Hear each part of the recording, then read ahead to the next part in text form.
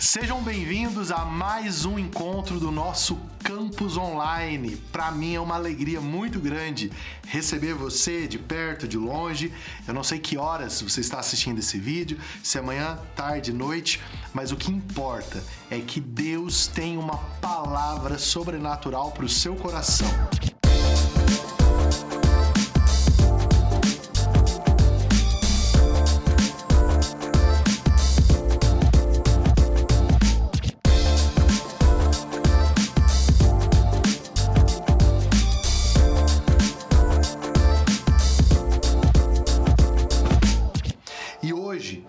A minha mensagem para você tem a ver com o que nós chamamos de tempestades. Eu não sei se você já enfrentou em algum momento uma turbulência em um voo. Não sei se você já enfrentou uma tempestade dentro de um barco. O que eu sei é que, muito provavelmente, assim como eu, você já enfrentou épocas da sua vida que você olhou e disse: parece que todos os ventos do mundo estão se levantando contra mim, contra a minha casa, contra a minha família, contra os meus negócios. É isso que na Bíblia nós normalmente chamamos de uma tempestade. E é por isso que eu quero ler o texto que talvez mais marque um momento como esse, que é o texto que está lá em Mateus capítulo 14, do versículo 22 ao versículo 26. Se você tem uma Bíblia aí perto de você, acompanhe essa leitura comigo. Mateus 14, do 22 ao 36, melhor dizendo, diz assim: logo em seguida, Jesus insistiu com os discípulos para que entrassem no barco e fossem adiante dele para o outro lado, enquanto ele despedia a multidão. Tendo despedido a multidão, subiu sozinho a um monte para orar. Ao anoitecer, ele estava ali sozinho, mas o barco já estava a considerável distância da terra, fustigado pelas ondas, porque o vento soprava contra ele. À alta madrugada, Jesus dirigiu-se a eles andando sobre o mar. Quando o viram andando sobre o mar, ficaram aterrorizados e disseram: é um fantasma! E gritaram com medo, dizendo: Senhor, Senhor! Mas Jesus imediatamente lhes disse: coragem, sou eu, não tenham medo. Senhor, disse Pedro, se és tu mesmo, manda-me ir ao teu encontro sobre as águas. Venha, respondeu ele. Então Pedro saiu do barco, andou sobre a água e foi na direção de Jesus. Mas quando reparou no vento, ficou com medo e começou a afundar e gritou: Senhor, salva-me! Imediatamente Jesus estendeu a mão e o segurou e disse: homem de pequena fé, por que você duvidou? Quando entraram no barco, o vento cessou.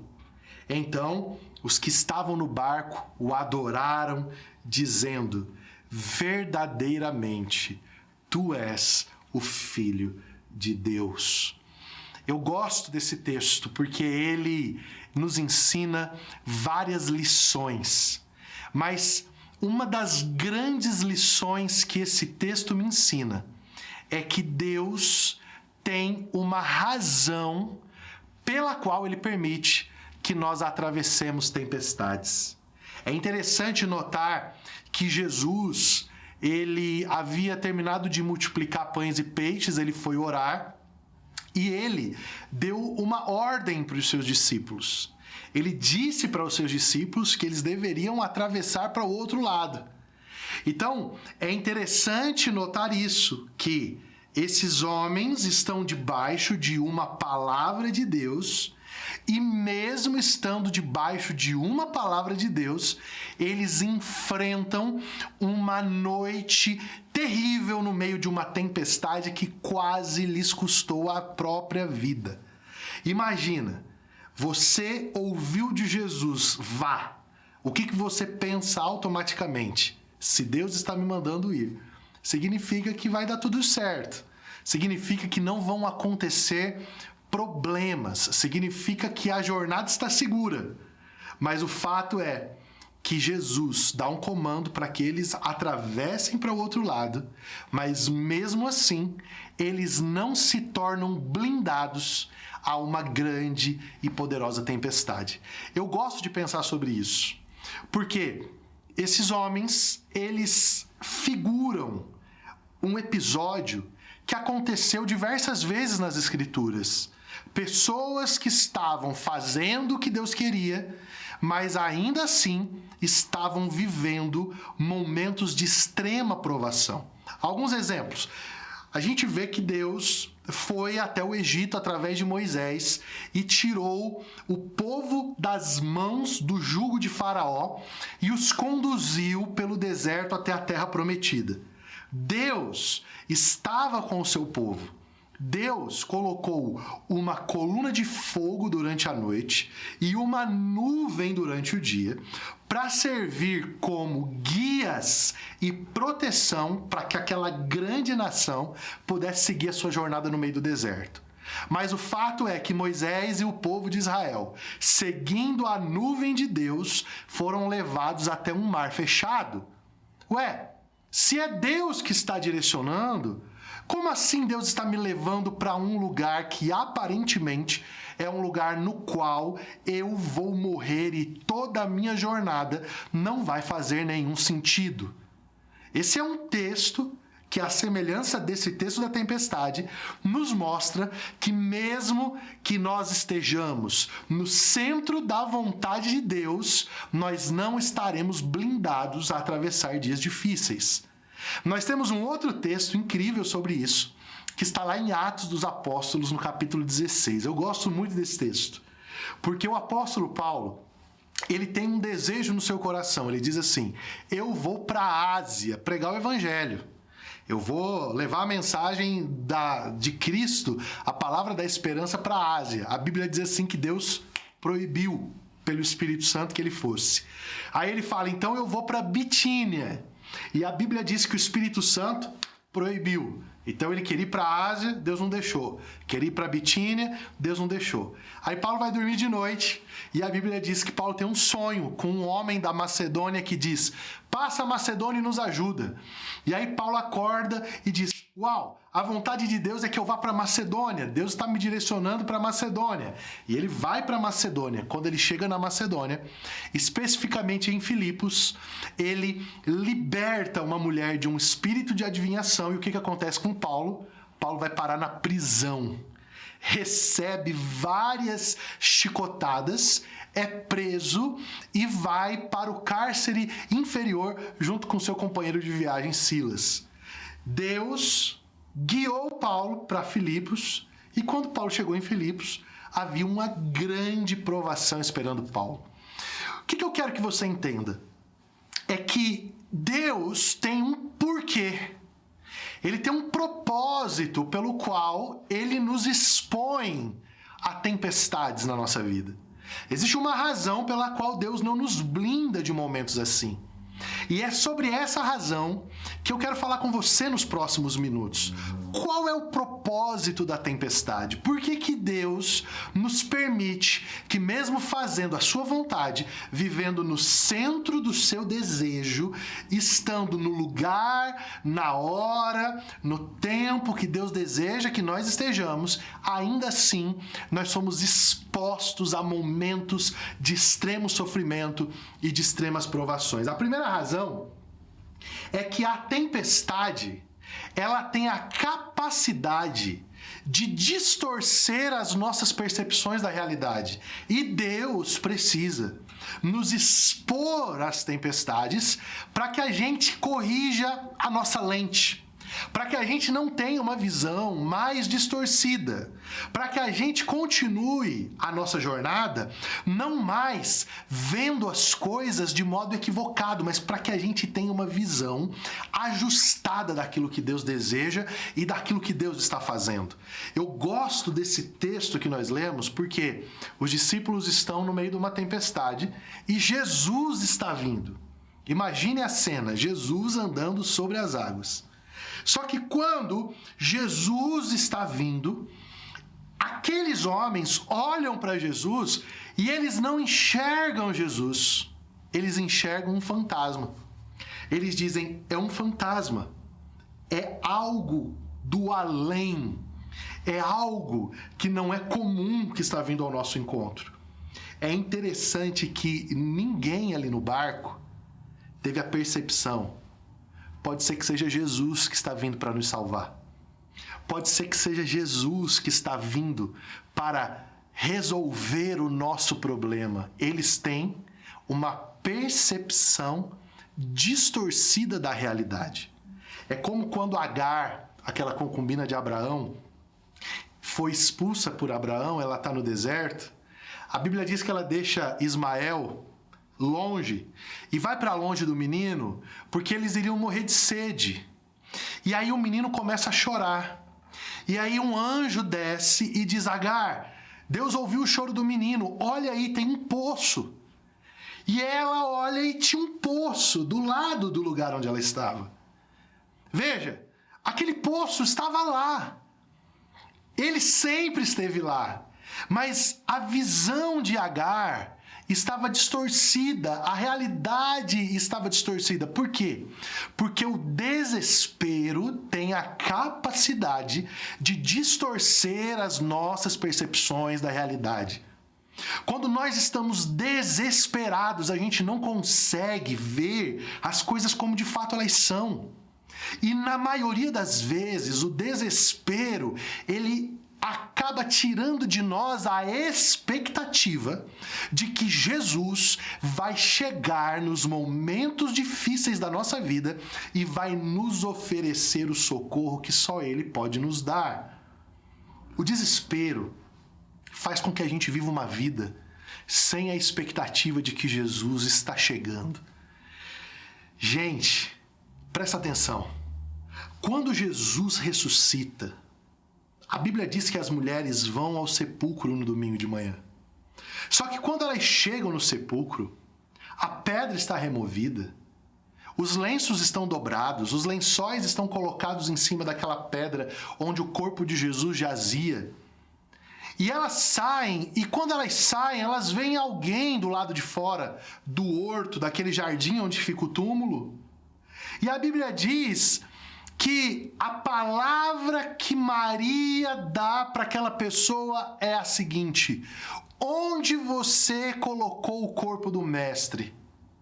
Ela confunde aquele homem que está ali, na percepção dela, o jardineiro, e ela olha e diz assim, eu estou falando com o jardineiro. Só que, na verdade, aquele homem com quem ela estava falando era Jesus. Jesus ressuscitado. Mas o desespero tirou de Maria aquilo que é mais valioso para mim e para a sua vida, no momento da tribulação, da tempestade, da crise, no momento em que parece que tudo desabou ao seu redor. Você precisa olhar com as lentes corretas. E as lentes corretas são: Jesus está chegando. Não é um fantasma. É Jesus que está vindo. E essas lentes corretas, elas só passam a existir quando nós, de fato, somos transicionados da condição de pessoas que andam com medo para pessoas que confiam em Jesus e, por causa da sua fé em Cristo, triunfam sobre o medo. A palavra que Jesus dá para esses homens é: sou eu, não tenham medo. No meio da tempestade, o sentimento predominante no coração de qualquer um de nós é o medo. Talvez você está vendo essa ministração agora e o seu coração esteja cheio de medo. Medo do futuro, medo do passado, medo de uma doença, medo de perder o seu cônjuge, medo da opinião dos outros, medo de não dar conta das expectativas que estão sendo construídas sobre você, medo de não conseguir chegar nos lugares que Deus te propôs, medo de ser abandonado, medo da rejeição. E esses medos que já existem, eles são aumentados, maximizados pela tempestade. Mas é nessa hora que você precisa ouvir a voz de Deus nessa palavra dizendo para você: sou eu, não tenha medo. Eu gosto de dizer algo para você, para todos que me ouvem, mas eu quero dizer isso especificamente para você hoje. Uma jornada de fé, ela não é uma jornada de falta de medo. Ela é uma jornada de prosseguir apesar do medo. Todos nós temos medo. Ter medo faz parte da essência humana. O que Jesus não deseja é que você retroceda por causa do medo. O que Jesus não deseja é que o medo seja um fator limitador da sua vida. Por isso que a palavra de Deus para você é: não tenha medo. A segunda coisa que a tempestade nos ensina, e o segundo propósito pelo qual Deus permite que as tempestades cheguem na nossa vida, é que as tempestades são um motor que faz com que a nossa fé cresça. Deixa eu dizer algo para você, e eu quero que você preste muita atenção nisso. Deus deseja que você cresça na fé. É isso mesmo. Anota isso no seu coração. Anota isso se você está tomando nota. Deus deseja que você cresça na fé. Deus não quer que você seja alguém estagnado, que hoje você creia como você cria há 10 anos atrás, há 5 anos atrás, há 5 meses atrás. Deus quer olhar para você hoje e ver que você cresceu em sua jornada de fé e que hoje você é muito mais capaz, muito mais pronto, muito mais habilitado para andar em lugares mais altos em Deus do que você já andou antes. Deus quer que a sua fé cresça. E como Deus faz para que a nossa fé cresça? Deus constrói ambientes de dúvida. Deus constrói ambientes de teste. Deus constrói ambientes que nos provoquem a exercer fé, a aplicar a nossa fé. E as tempestades são esses ambientes.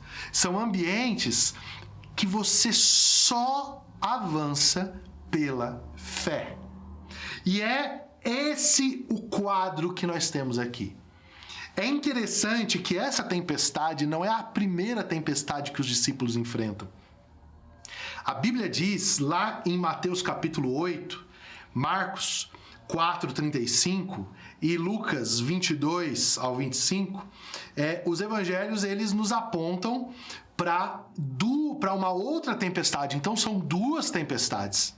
A primeira tempestade, Jesus está dentro do barco. A segunda tempestade, Jesus está fora do barco.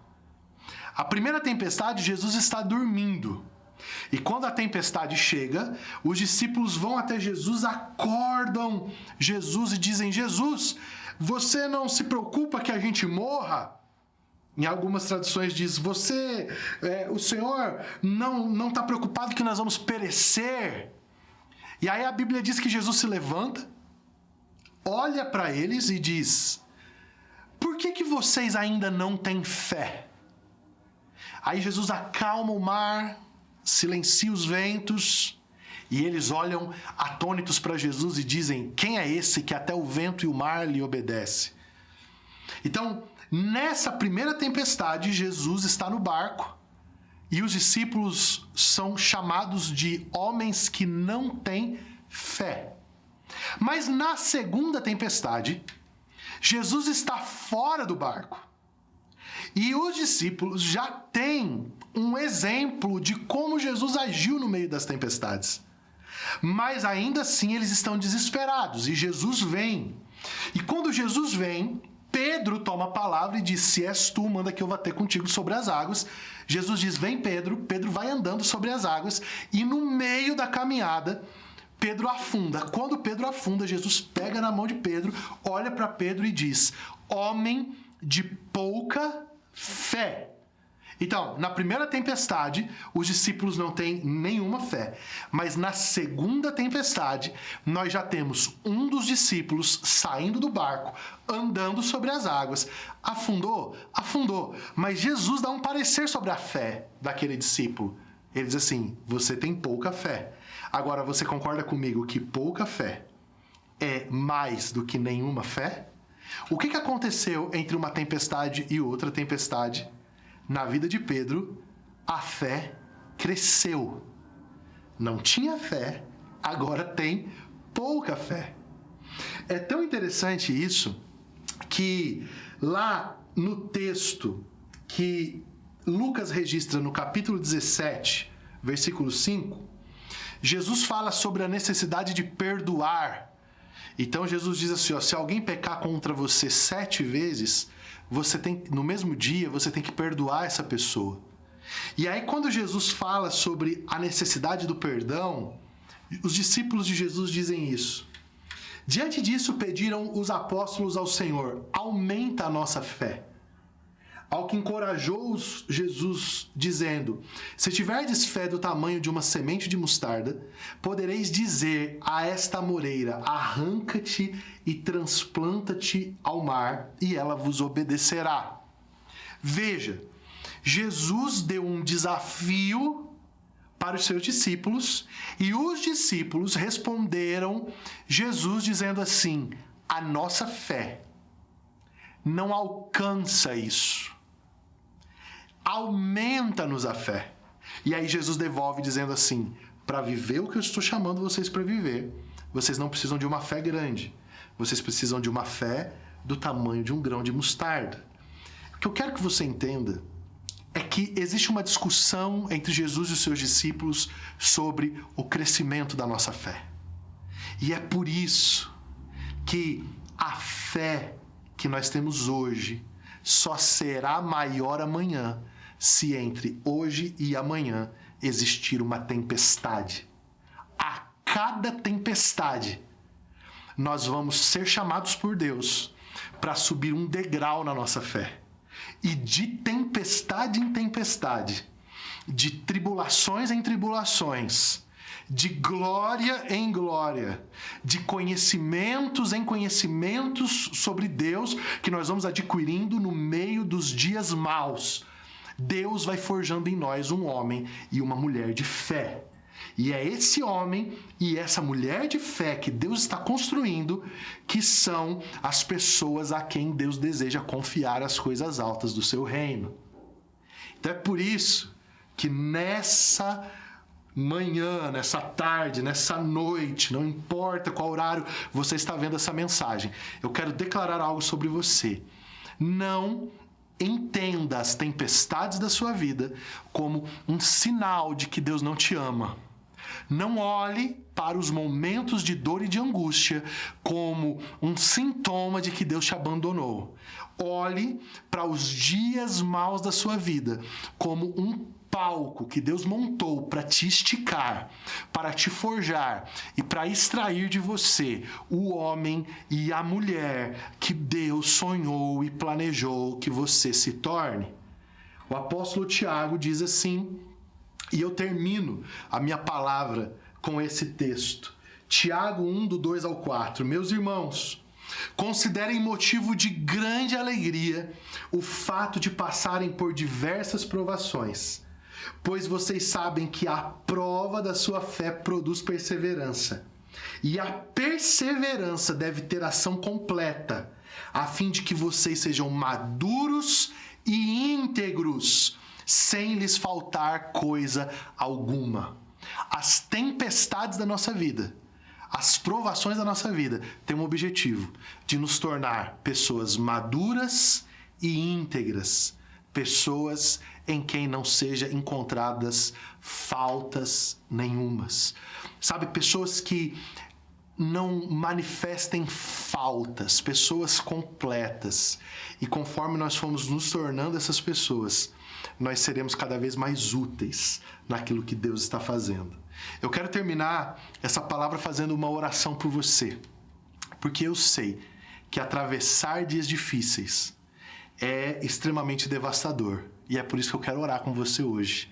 E eu quero crer junto com você que Deus está levantando você para a melhor temporada da sua vida. Senhor, em nome de Jesus, eu quero agora orar pela vida deste homem, dessa mulher, onde quer em qual país, em qual cidade, em qual lugar que esta mensagem chegar. Eu quero orar para que o teu Espírito Santo, tua graça, o teu favor, possam soprar de uma maneira extraordinária e que no meio das tribulações, das crises, das tempestades da vida, o Senhor possa construir um homem e uma mulher cheios do teu Espírito Santo e totalmente moldados e modelados para o louvor da sua glória. Eu te peço, Espírito Santo, que o Senhor dê graça, que o Senhor ajude e que o Senhor fortaleça cada um desses que está aqui agora me ouvindo e que o teu nome, só o teu nome, seja glorificado na vida de cada um deles. Assim eu oro e te agradeço. Em nome de Jesus. Amém e amém. Que Deus te abençoe e eu te encontro semana que vem no nosso próximo Campus Online. Não se esqueça de se inscrever no canal, deixar o seu joinha e mandar essa mensagem para o máximo de pessoas possível. Deus te abençoe e até breve.